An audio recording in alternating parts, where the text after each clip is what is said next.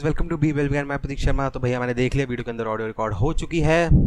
तो ठीक है जी, कंटिन्यूएशन में चल रहा है हमारा आईपीआर, साथ साथ ही बना रहा हूँ। अगला टॉपिक जो है वो है procedure for filing patent application. हमने ये देख लिया पेटेंट होते कितने तरीके के हैं, पेटेंट क्या क्या राइट्स देता है, कैसे कैसी चीज़ें होती हैं, काम कैसे करती हैं, तो ये सारा हमने देख लिया। लेकिन पेटेंट कराने के लिए जो प्रोसेस स्टार्ट करना होता है, जो एप्लीकेशन का प्रोसेस है पेटेंट का, वो क्या है, वो जो हम यहाँ पर आज इस वीडियो के अंदर डिस्कस करने वाले हैं। तो आज का टॉपिक रहेगा प्रोसीजर फॉर ऑब्टेनिंग पेटेंट। 6 जो है इसके अंदर 6 जो है वो पार्ट्स हैं। पहला है फाइलिंग और सबमिशन ऑफ एप्लीकेशन, दूसरा है पब्लिकेशन एग्जामिनेशन ऑफ एप्लीकेशन, तीसरा है अमेंडमेंट और डिवीजन ऑफ एप्लीकेशन, चौथा है potential infringement and controllers power, पांचवा है opposite proceedings to grant of patent, और छठा है ग्रांट ऑफ पेटेंट। तो आखिरी में तो ऑब्वियसली ग्रांट हो ही जाता है। एक एक करके देख लेते हैं, फटाफट से डिस्कस करते हैं, ज़्यादा लंबा नहीं रखेंगे वीडियो को। फाइलिंग और submission of application section 6 to 11 है। कह रहा है list of conditions which are to be satisfied by the applicant while submitting application for grant of patent. तो बेसिक जो भी उसको रिक्वायरमेंट्स हैं वो सारी एप्लीकेशन के अंदर जमा करनी पड़ेंगी। अब वो क्या क्या रिक्वायरमेंट हो सकती है ये आगे देखते हैं हम। हु में apply for a patent section 6 के अकॉर्डिंग कह रहा है ट्रू एंड फर्स्ट इन्वेंटर, जिसने वो चीज़ बनाई है वो कर सकता है। Legal representative of the deceased person, कोई मर गया है बंदा कोई चीज़ बनाकर, तो उसका जो एलआर होता है, लीगल रिप्रेजेंटेटिव मतलब कोई माँ हो सकती है, बहन हो सकता है, भाई हो सकता है, वो दे। Assignee of true and first inventor, ठीक है जी। द एप्लीकेशन में be made by any of this person either alone or jointly, या तो अलोन वो कर सकते हैं या जॉइंटली की माँ बेटे ने एक साथ कर दी या एजेंट असाइनी ने एक साथ कर दी, इस तरीके से। The right to apply for a patent is assignable, ये तो है ऑब्वियसली है ही। अब देखते हैं कंटेंट ऑफ स्पेसिफिकेशन। अब फाइल करते वक्त चीज़ों के अंदर, मतलब जब तुम एप्लीकेशन फाइल कर रहे हो किसी चीज़ को पेटेंट कराने के लिए, उस एप्लीकेशन में होना क्या चाहिए ये देख लेते हैं। शैल डिस्क्राइब द इन्वेंशन, सबसे बेसिक चीज़ तो यही है कि भैया वो इन्वेंशन क्या है ये तो बताए। उसके बाद every complete specification shall be, अब हर इन्वेंशन की स्पेसिफिकेशन के क्या क्या होना चाहिए। Fully describable, describe the invention, its operation and use, क्या चीज़ है वो, कैसे यूज़ होती है, कैसे काम करती है, सब कुछ बताए। Disclose the best method of performing the invention which is known to the applicant and for which he claims to protection। तो बेस्ट जो है वो कैसे काम करती है, क्या है, वो सारी चीज़ बताएं।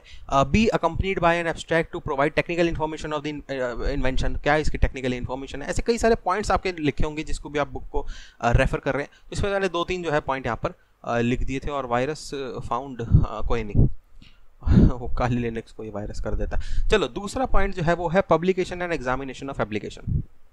तो सेकंड प्रोसेस जो हमारा आता है सेक्शन 11A का, वो है publication. So every application for a patent shall be published on the expiry of the prescribe period of 18 महीने, ठीक है जी।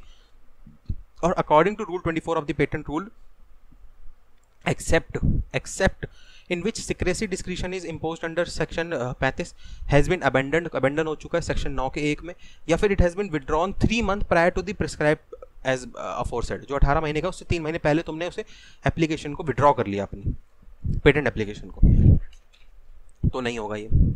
और the publication of every application is to include a particulars of the date of the application, number of applicant, address of applicant, ये सारी चीज़ें basic information जो है उसके अंदर पब्लिकेशन में होनी चाहिए। तीसरा पॉइंट आता है अमेंडमेंट और डिवीजन ऑफ एप्लीकेशन। इसके अंदर क्या है, सेक्शन 14 कह रहा है amendment requires any amendment of application to the specification or other document to ensure compliance with the provision of this act or rules. The controller shall communicate as expeditiously as possible the gist of the objection to the applicant and shall, if so required by the applicant within the prescribed period, give him an opportunity of being heard। तो कुछ भी अगर controller को जो है लगता है कि नहीं यार इसके एप्लीकेशन में ये कुछ कमी लग रही है या ये कुछ गड़बड़ है, तो उसको वो बताए किसको, एप्लीकेंट को, और उसको पूरा समय दिया जाए उसको सुनने का, कि वो बताए कि नहीं सर ऐसा नहीं है, ये ऐसी चीज़ ऐसी चीज़, तो वो सारी चीज़ें होनी चाहिए। अब देखते हैं power of controller to refuse और रिक्वायर अमेंडेड एप्लीकेशन। तो अगर अमेंड उसने कर दिया है तो उसके अंदर उसके पास पूरी पावर है कि वो रिफ्यूज कर दे या एक्सेप्ट कर ले। So when where a controller is satisfied that the application or other documents are filed does not comply with the requirements of this act, he may refuse the application. तो अगर उसे लगता है कि नहीं यार ये जो चीज़ें पेटेंट कराने आया है कुछ गड़बड़ है इसमें यार, नहीं सेटिस्फाई नहीं कर पा रहा ये एक्ट को, या एक्ट के जो रूल्स हैं उसमें से कुछ गड़बड़ चल रही, तो वो मना कर दे। और may require the application to be amended again, तो अगेन अमेंड करवाए वो।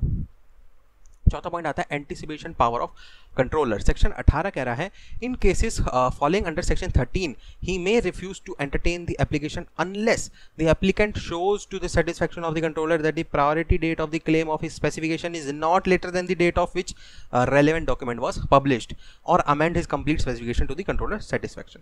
अब देखते हैं time for putting application in order for grant. अगर ऑर्डर फॉर ग्रांट उसने कराना है तो क्या समय के अंदर जो है वो करा सकता है। तो इससे पहले एक चीज देख लेता है, an application for the patent shall be deemed to have been abandoned unless the applicant has complied with all the requirement of this act. अगर उसने कोई भी ऐसे रिक्वायरमेंट इस एक्ट की छोड़ दी तो उसके एप्लीकेशन को अबंडेंट डिक्लेयर कर दिया जाएगा और फिर वो एक्सेप्ट नहीं होगी। अब टाइम पीरियड की अगर हम बात कर रहे थे, prescribe period for aforesaid is 6 month from the date on which the first statement of the objection is issued to the applicant to comply with the requirements.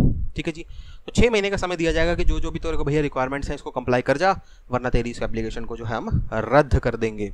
लेकिन अगर कुछ ऐसे अनफोर्सीन सर्कमस्टांसेस है जहाँ पर एप्लीकेंट नहीं आ सकता, जैसे कि वो बाहर है, हॉस्पिटलाइज हो गया बेचारा या कुछ हो गया, अब बाहर है, फ्लाइट नहीं मिल पा रही है, तो उस केस में 6 महीने के पीरियड में प्लस 3 मंथ और हो सकते हैं, मतलब टोटल 9 महीने तक का जो है समय दिया जा सकता है। लेकिन जो 3 महीने का प्लस मैंने बोला है ये एक्सेप्शनल केसेस के अंदर, अनफोर्सीन सर्कमस्टांसेस के केसेस के अंदर ही जो है वो दिखाया जा सकता है जब एप्लीकेंट दिखाए वो। तो in the case of application examine, तो छोड़ो इसको, कोई चीज़ हो गई है 3 महीने वाला ही। तो जी यही रोकते हैं इस वीडियो को और देख लेता हूँ भैया ऑडियो अब तो डर सा बैठ गया मेरे, छोटे छोटे टॉपिक बना रहा हूँ मैं, ज़्यादा लंबे कर ही नहीं रहा इसे कि इतनी मेहनत करो और ऑडियो रिकॉर्ड नहीं हो। चलो जी यही था इस वीडियो के अंदर। वीडियो अच्छी लाइक कर दीजिएगा, वीडियो अच्छी नहीं लगे डिसलाइक कर दी, कोई दिक्कत नहीं, लेकिन एक रीज़न दीजिएगा क्यों आपको वीडियो अच्छी नहीं लगी, ताकि उस चीज़ को जो मैं अपने इंप्रूवमेंट लिस्ट में डाल सकूँ। बाकी भाई कमेंट सेक्शन यूट्यूब ने आप लोगों के लिए दिया हुआ है, कोई भी क्वेश्चन सजेशन क्वेरी डाउट है वहाँ पर कमेंट करिए, मैं पूरी कोशिश करूँगा आपको वहाँ पर रिप्लाई करने की। बाकी डिस्क्रिप्शन खोल के देख लिया करो, वहाँ पर मेरे इंपॉर्टेंट कॉन्टैक्ट्स जो है वो लिंक दिए हुए हैं, जैसे कि इंस्टाग्राम का लिंक दिया हुआ है, कॉल फॉर ऐप का लिंक दिया हुआ है, जिसके थ्रू आप मेरे से कॉल के थ्रू जो है वो बातचीत कर सकते हैं। सब्सक्राइब अगर आपने करा हुआ तो बहुत ही बढ़िया, आपसे बढ़िया बंदा कोई नहीं है। सब्सक्राइब नहीं करा तो भैया कर लो, ऐसे इंपॉर्टेंट सब्जेक्ट्स और ऐसे इंपॉर्टेंट टॉपिक्स को जो है तुम लोग कर दोगे मिस। और सब्सक्राइब के साथ एक बेल आइकन को उसको क्लिक करके ऑल पे कर देना, ताकि सारी नोटिफिकेशन आपके पास पहुंच जाए जैसे ही मैं कोई वीडियो जो है अपलोड करता हूँ वैसे ही। चलो जी, thanks for watching to be bell icon, Pradeep signing out, bye bye, take care and या कोरोना से बच के।